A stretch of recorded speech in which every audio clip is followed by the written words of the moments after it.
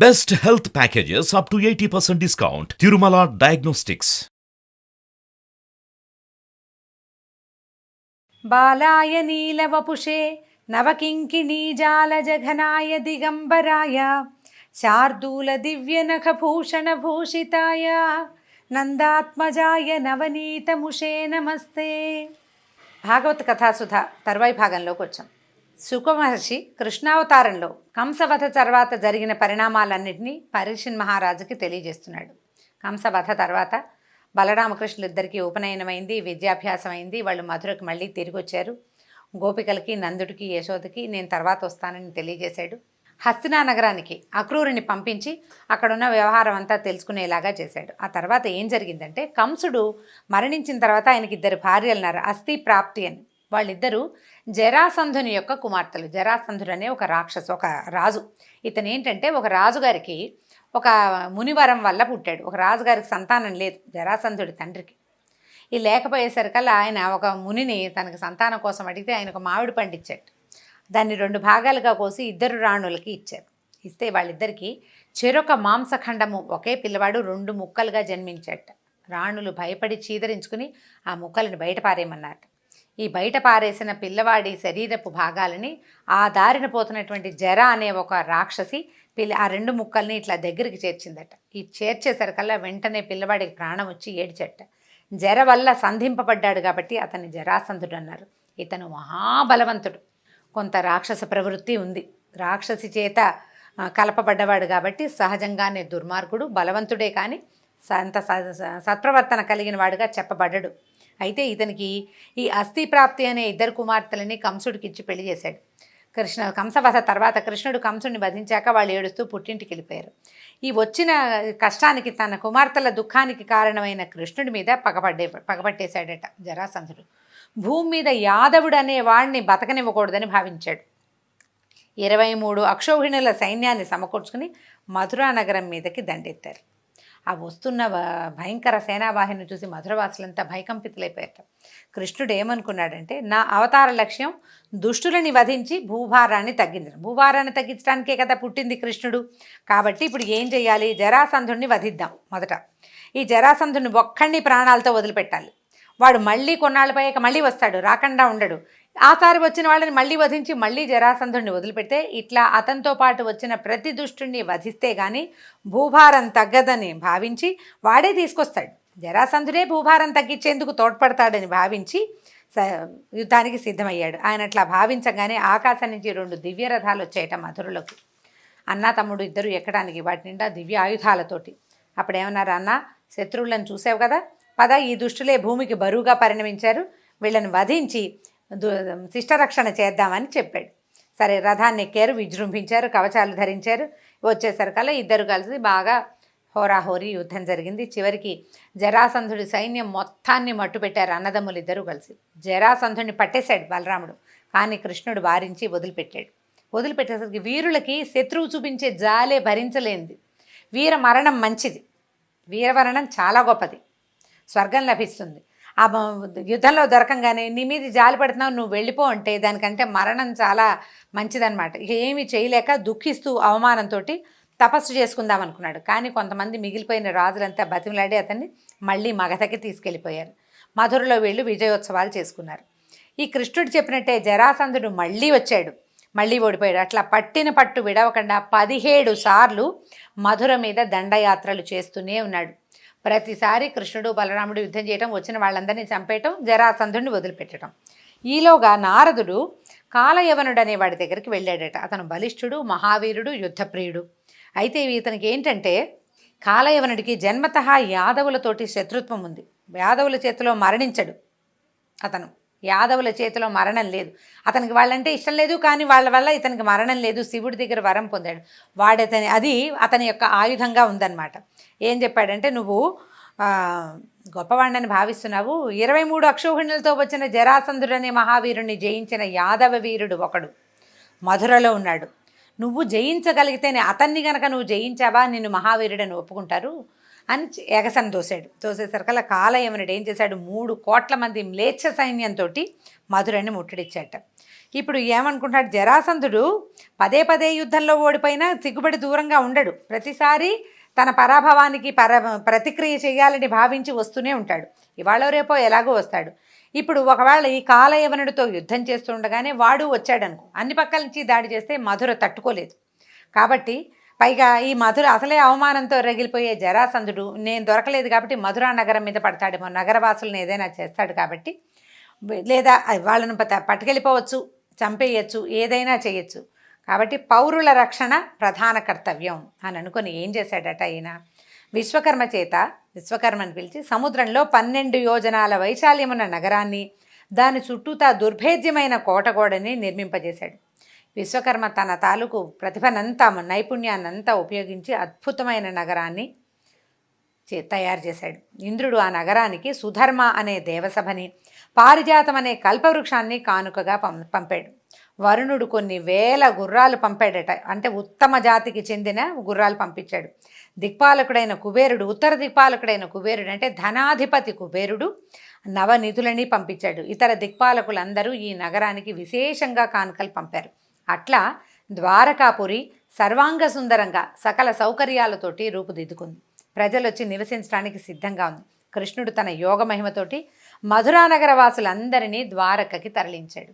ఈ మధ్యలో వెళ్ళేటప్పుడండి వీళ్ళంతా ఒక చోట యోగ మహిమతోటి బయలుదేరినా కూడా ఒక చోట ఆగారట. ఆయన కాలయవనుడితోటి యుద్ధం చేస్తూ వచ్చేసాడు. అక్కడికి యుద్ధం చేస్తూ కూడా ఇక్కడికి వచ్చేసాడు.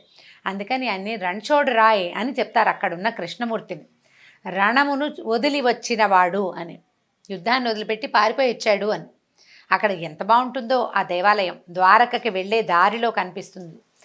అక్కడ కొద్దిపాటి విశ్రాంతి తీసుకున్న తర్వాత ఈ మొత్తం ప్రజలందరినీ, మధురానగర వాసులందరినీ ద్వారకా నగరానికి షిఫ్ట్ చేసేశారనమాట.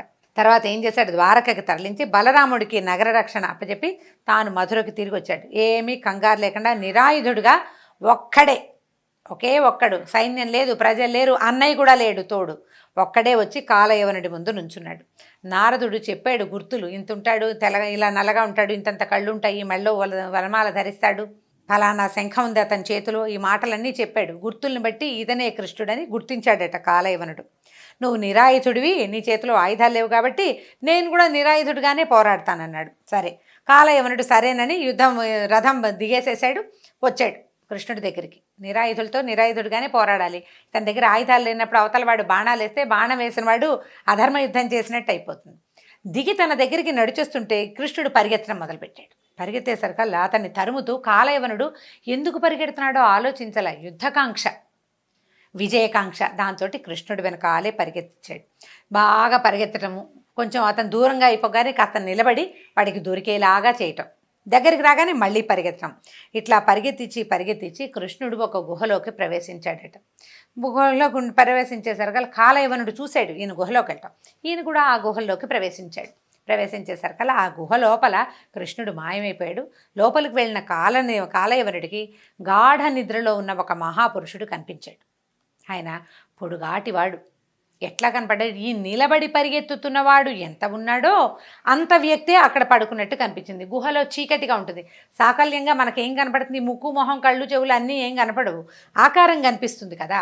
ఆ కనపడిన ఆకారం ఎలా ఉందంటే ఈ పరిగెత్తుతున్నవాడే పడుకున్నట్టు విశ్రాంతి తీసుకుంటున్నాడని భావించి నన్ను మోసం చేయడానికి సత్పురుషుడిలాగా నిద్ర నటిస్తున్నాడని ఆ నిద్రపోతున్న మహాపురుషుడిని కాలుతోటి తన్నాడట. తన్నేసరికల్లా ఆయన కళ్ళు తెరిచి చూశాడు. అటు ఇటు చూశారు, తన్నెవరు మేల్కొల్పారో అని చూసేసరికల్లా ఆయన దృష్టి పడగానే కాలయవనుడు కాలి భస్మమైపోయాడట. ఈ సంఘటన ఏదైతే మనం చెప్పుకుంటున్నామో ఇప్పుడు నేను చెప్తున్నానో అది హైదరాబాదుకు సమీపంలో ఉన్న వికారాబాద్ అనే ఊరికి దగ్గరలో అనంతగిరి కొండల్లో జరిగిందని చెప్తారు. అక్కడ ఒక నది కూడా ప్రవాహం వచ్చిందని, మూసీ నది అప్పుడే పుట్టిందని చాలా ఉన్నాయి దాని మీద కథలు. అనంతగిరి అని ఒక దేవాలయం కూడా ఉంది అక్కడ. అయితే ఈ నిద్రపోతున్న పరీక్షిత్ మహారాజు ఇదంతా శ్రద్ధగా వింటున్నాడు. సుఖమహర్షి చెప్తుంటే సడన్గా అనుమానం, లోపలికి వెళ్ళిన కృష్ణుడు ఎక్కడికి వెళ్ళిపోయాడు, అక్కడ ఇంకో మహాపురుషుడు ఎట్లా ప్రత్యక్షమయ్యాడు, ఆయన ఎవరు, ఈయన ఏమయ్యాడు. కథ వింటుంటే సడన్గా మనకు కూడా డౌట్లు వస్తాయి. పరీక్షిత్ మహారాజు అడిగేసరికల్లా శుకుడు ఇట్లా చెప్తున్నాడనమాట. పైగా కళ్ళు తెరవంగానే ఎదురుగుండా ఉన్నవాడిని భస్మం చేయగలిగేంత తపశ్శాలి అతను, అంత ప్రభావశాలిగా అతను ఎందుకున్నాడు, ఎట్లా అయ్యాడు అని అడిగాడు. అడిగితే ఈయన మాంధాతకి ఇక్ష్వాకు వంశానికి చెందిన మాంధాత యొక్క కుమారుడు ముచుకుందుడు. ఈయన రాక్షసుల దాడి తట్టుకోలేక దేవతలు తమని రక్షించమని ప్రార్థిస్తే చాలా కాలం రాత్రింబవళ్ళు రాక్షసులతో యుద్ధం చేసి దేవతల్ని రక్షించాట. తర్వాత కుమారస్వామి దేవసేనాధిపతి అయ్యాడు. ఆయన విజృంభించి రాక్షసుల్ని తరిమి కొట్టేశాడు. అప్పుడు దేవతలు ముచుకుందుడితో ఏమన్నారంటే, నువ్వు చాలా పనిచేసావు, చాలా శ్రమపడ్డావు నాయన మా కోసం, నువ్వు కాలాన్ని గమనించలేదు, నీ భార్య బిడ్డలు బంధుమిత్రులు అందరూ మరణించారు, నువ్వు ఒక్కడివే ఉన్నావు, భూలోకంలో నీ కాలం వాళ్ళు ఎవ్వరూ లేరు, కానీ నువ్వు చేసిన మహోపకారానికి మేము ఏదైనా చేస్తాం, ఏం కావాలో అడుగు, కైవల్యం అడగద్దు, అది మేము ఇవ్వలేం అని చెప్పారు. చెప్పేసరికి ఈయన ఏమన్నాడు, కొన్ని వందల సంవత్సరాలు అయిన కంటి నిండా నిద్రపోయి, అందుకని నిద్రపోయే వరం ఇవ్వమని అడిగాడు. వాళ్ళు ఆ వరం ఇచ్చి, నిన్నెవరైనా నిద్రలో కనుక లేపితే నీ కంటి చూపు పడగానే వాడు భస్మం అవుతాడని ఆ వరం ఆయనకి ప్రసాదించి వెళ్ళిపోయారు. సరిగ్గా ఆయన అక్కడ నిద్రపోతున్నాడు. కాలయవనుణ్ణి చంపటానికి శివుడి వరం కృష్ణుడికి అడ్డం వచ్చింది. ఎందుకంటే యాదవులు ఎవరి వల్ల కాలయవనుడు మరణించడు. అందుకని ఈ ప్రయత్నం చేసి ఏం చేశాడు, ఇక్కడికి తీసుకొచ్చి ముచుకుందుడి కన్నుబడేలాగా చేశాడు. అప్పుడు ముచుకుందుడు కృష్ణుడికి నమస్కరించి, నాయన మహానుభావ, నువ్వు తేజోమూర్తివి, నీ తేజస్సుతో ఈ గుహలో ఉన్న చీకటి కాదు, నా మనసులో ఉన్న చీకటిని కూడా పోగొట్టావు, నువ్వెవరివి ఏమిటి అని అడిగాడు. పైగా ఈ గుహ ఎక్కడో ఉంది, ఎప్పటి నుంచో నేను ఇక్కడ నిద్రపోతున్నాను, ఈ దారంతా ఇలా ఎంత కంటకమయంగా ఉందో, ఇట్లా పద్మాల్లాగా ఉన్నాయి నీ పాదాలు, ఎలా నడిచొచ్చావు, నువ్వు ఇక్కడికి ఎందుకు వచ్చావు అని అడిగితే అప్పుడు చెప్తున్నాడు అనమాట కృష్ణుడు, నా జన్మలు, నాకున్న పేర్లు, నేను చేసే కర్మలు వేలు అనేక వేలున్నాయి, వాటిని లెక్క పెట్టడం నాకే సాధ్యం కాదు, నీకేం చెప్తాను, ఇసుక రేణువులనైనా ఒకడు లెక్క పెట్టగలదు, కానీ నా జన్మలు, గుణాలు, కర్మలు ఎన్నంటే వాటిని ఎవరూ లెక్క పెట్టలేరు, భూభారం తొలగించడానికి నీకోసం చెప్తున్నాను ఈ మాట అన్నాడు. భూభారం తొలగించమని బ్రహ్మ ప్రార్థించాడు. వసుదేవుని పుత్రుడిగా నేను జన్మించాను, నన్ను వాసుదేవుడు అంటారు, నువ్వు పూర్వం నా భక్తుడివి, నిన్ను అనుగ్రహించడానికే ఇక్కడికి వచ్చానని చెప్పి ముచుకుందుడిని అనుగ్రహించాడు. నువ్వు తపస్సు చేయి, నా మీదే నీ మనసుని లగ్నం చేసి తపస్సు చేయి, తర్వాత జన్మలో కూడా నీకు నా పట్ల నిశ్చలమైన భక్తి ఉంటుంది, ఆ తర్వాత నువ్వు నా సాయుధ్యాన్ని పొందుతావన్నాడు. ముచుకుందుడికి తన ఎదురుగుండా ఉన్నవాడే విష్ణువని అర్థమైంది. ఆయన పాదాలను బట్టి నమస్కరించాడు. ఆయన కృతయుగానికి చెందినవాడు. ఆయన కలియుగం ప్రారంభం అవబోతోందని తెలుసుకున్నాడు. ఎందుకంటే గుహలో నుంచి బయటకు వస్తే తనంత ఎత్తు ప్రమాణం ఉన్న మనుషులు ఇక్కడ లేరు, కలియుగం దగ్గరలోకి వచ్చేస్తోంది, ద్వాపరయుగపు చివరిలో సగపడి ముప్పాతికి అయిపోయింది. దాంతో ఆయన ఉత్తర దిశగా వెళ్ళిపోయాడు. ఈ రకంగా కృష్ణుడు ఏం చేశాడు, మధురాపురి నుంచి ద్వారకా నగరానికి తమ తాలూకు నివాసాన్ని మార్చేశాడు. కాలయవనుడిని సంహరించాడు. భూభారం తగ్గించే రకరకాల ప్రయత్నాల్లో కాలయవనుడనే రాక్షసుడిని కూడా సంహరించాడు. తర్వాత భాగాన్ని తేలికగా 4 భాగాల్లో 4 వాక్యాల్లో ఇప్పుడు చెప్పేస్తానండి. చివరి భాగం రుక్మిణీ కళ్యాణం చెప్పుకుందాం. ఆ తర్వాత క్రమంగా వీళ్ళు ఏం చేశారు, ఈ బలరాముడు కూడా వచ్చాడు. ఇద్దరు కలిసి యవనసేనని సంహరించేశారు, బలరాముడు కృష్ణుడు కలిసి. యవనుల వద్ద ఉన్న ధనాన్ని ద్వారకకి చేర్చడానికి ప్రయత్నించారు. ఇంతలో ఏమైంది, జరాసంధుడు మళ్ళీ వచ్చాడు. వచ్చేసరికి వీళ్ళు ఏం చేశారు, కావాలని మనుషుల్లాగా అంటే భగవంతుడిలాగా ప్రవర్తించకుండా భయపడిపోయినట్టు నటించి పారిపోయారు. వాళ్ళని ఆక్షేపిస్తూ వెనకాలే జరాసంధుడు కూడా తరిమేట. వాళ్ళు ప్రవర్షణం అనే పర్వతం మీదకి వెళ్ళిపోతే వాళ్ళు ఎక్కడున్నారో తెలియక పర్వతం చుట్టూత మంటలు పెట్టించాట. అప్పటికే వాళ్ళ పర్వతం మీద నుంచి దూకేసి సముద్ర మధ్యంలో ఉన్న ద్వారకకి వెళ్ళిపోయారు. రామకృష్ణులు ఇద్దరు ఆ మంటల్లో కాలి మసైపోయారని జరాసంధుడు మగధకి వెళ్ళిపోయాడు. ఆ తర్వాత కాలంలో ఆనర్త దేశాన్ని పాలించే రైవతుడనే రాజు తన కుమార్తె రేవతిని బలరాముడికిచ్చి వివాహం చేశాడు. తర్వాత విదర్భ దేశాధిపతి అయిన భీష్మకుడు అనే రాజుకి సౌందర్య రాశి అయిన కుమార్తె ఉంది. ఆమె పేరు రుక్మిణి.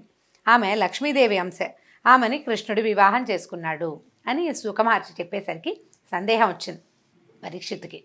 మహర్షి, కృష్ణుడు రుక్మిణీదేవిని రాక్షస వివాహంలో చేపట్టాడని నేను విన్నాను. ఆమె తండ్రి ఆమెకి స్వయంవరం ప్రకటించాడని, ఆ స్వయంవరానికి వచ్చిన రాజులందరినీ ఓడించి కృష్ణుడు ఆమెను పెళ్లి చేసుకున్నాడని అంటారు. ఆ కథ చెప్పి నన్ను అనుగ్రహించమన్నారు. రేపటి భాగంలో రుక్మిణీ కళ్యాణ ఘట్టంతో మనం భాగవత కథాసుధని సమాప్తం చేసుకుందాం. రేపు మళ్ళీ కలుసుకుందాం. సెలవు. నమస్కారం.